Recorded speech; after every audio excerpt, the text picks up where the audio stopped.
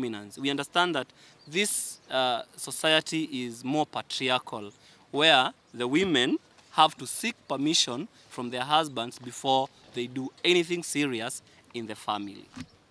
Just to cement what occurred in the first episode, it is also fascinating that a repetition of what happened in the first episode occurs in the fourth episode. This is a foreshadowing. This is a sign of foreshadowing by Henrik Ibsen, the author of the book. I do believe that at this point we get to see that the pillars of the house of marriage of Torvald and Nora are cracking. Nora has to plead with her husband to keep Krogstad. On the other side, Torvald does not question Nora's action, and she's not interested to find out why specifically does Nora want to give the job back to Krogstad instead of giving it to her friend. This shows that Torvald is insensitive and does not care much. Thank you. From my colleagues, we are able to learn that from this episode, Krogstad is also helping to contribute to the downfall of HELMER'S marriage.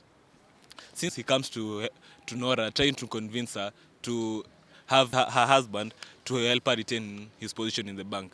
He also goes ahead to tell her that, to remind her that she had acquired a loan, and Nora stands her ground by saying that she's not afraid of him and she'll have his loan paid by the end of the New Year's Eve.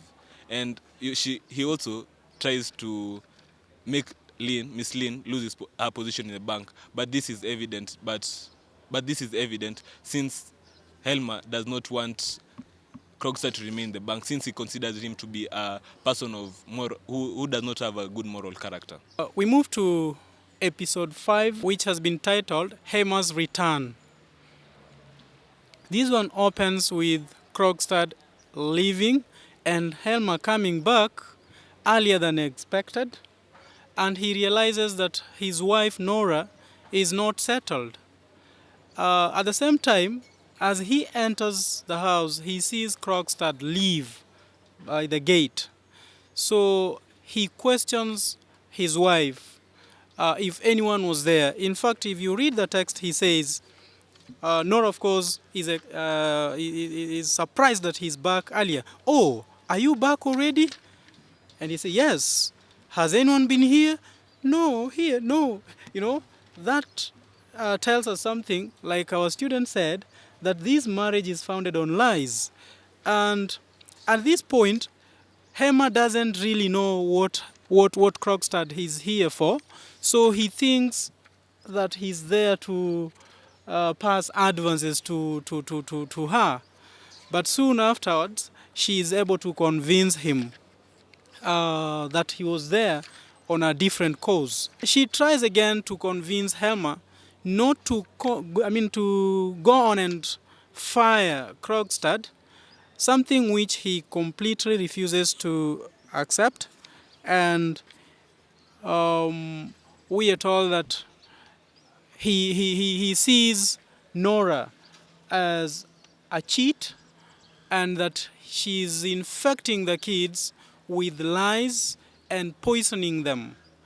He goes on to say that Krogstad is also the same. He's feeding his children with lies and dissimulations, if I may use his exact words.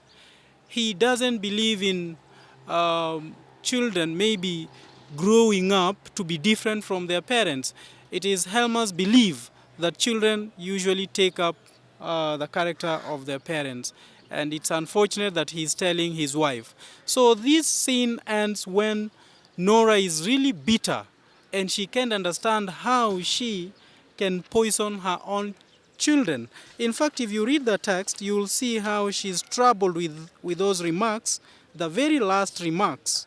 She says, deprive my little children, poison my home. It's not true. It can't possibly be true. It can't possibly be true that I poison my own home and my own children. As mentioned earlier, HELMER'S marriage suffers a few challenges, like use of money by Nora, lies and concealments, male dominance and defiance. Tolvads comes out as a male chauvinist and egoistic. He believes that mothers, more commonly fathers, spoil their kids through naturally father's behavior would have the same results. There is moral decadence in the society arising from parentage. Welcome to Act 2. The first scene takes place in the same venue as Act 1. This time round, I want to note that the Christmas tree is stripped of its ornaments, and it is good to mention that this is symbolic, or it could be symbolic, as it is contrary to what we see in Act 1, where it is beautiful, well colored with ornaments, and this, I believe, is in relation to the family of Helmer.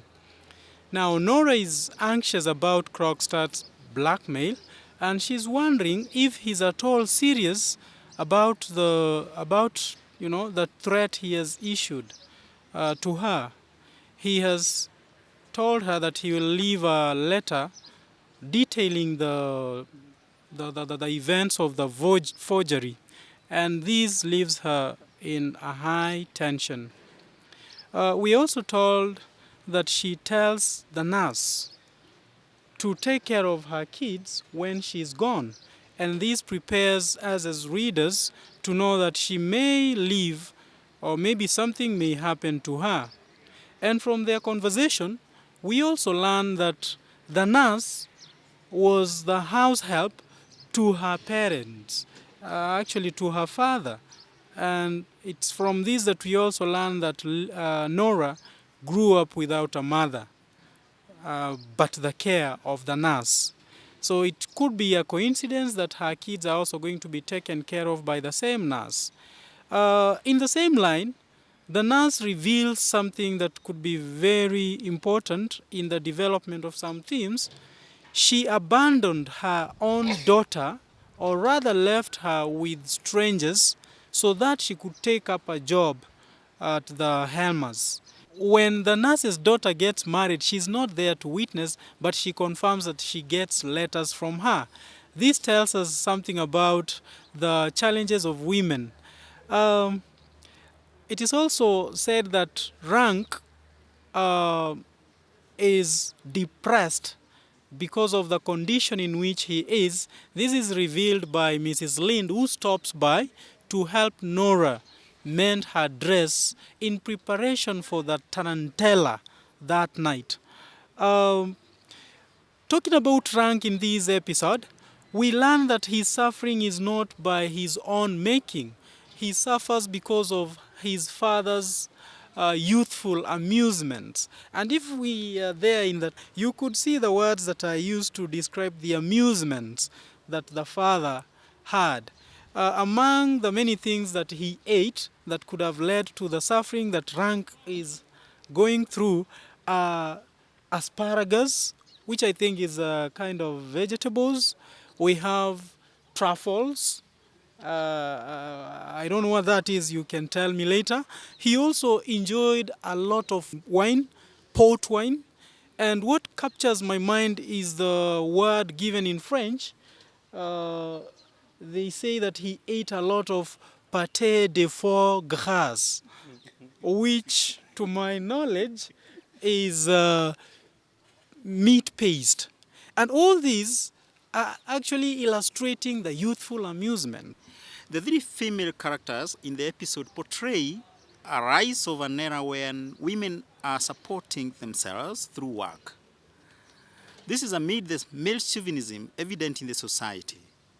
Poverty pushes some of them to abandon their family in order to make a living. Nurse, for instance, leaves her daughter with strangers so she can work as Nora's nurse. To add on what David has said, this episode makes it clear that moral degradation is an issue of concern. Rank suffers from the effects of his father's excesses. Suffering is evident in Rank's depression as brought out by Nora and Christine. Nora also suffers a psychological disorder due to the blackmail arising from her forgery.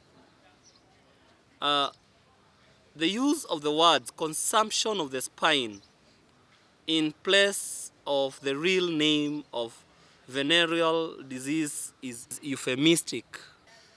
That is the use of euphemism. This emphasizes the filial nature of evil and immorality in the society. So the conflict and contradictions of life are conspicuously evident in this episode.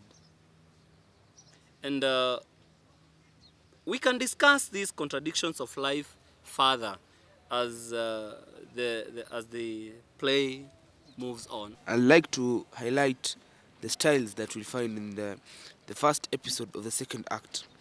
We can see symbolism. Is the page 49. It says, with burnt down candle ends on its disheveled branches, and the Christmas tree had also been stripped of its ornament. The Christmas tree symbolizes the lifestyle and the life of the Helmer family. After Christmas, after the removal of the ornaments and stripping it off of candle ends and disheveling the branches, this shows that life has taken another turn and now things are starting to get worse. It's also a sign of foreshadowing of what will go on into the story. And as the act starts, we can see monologue by NORA. Someone is coming now. No, it is no one. Of course, no one will come today.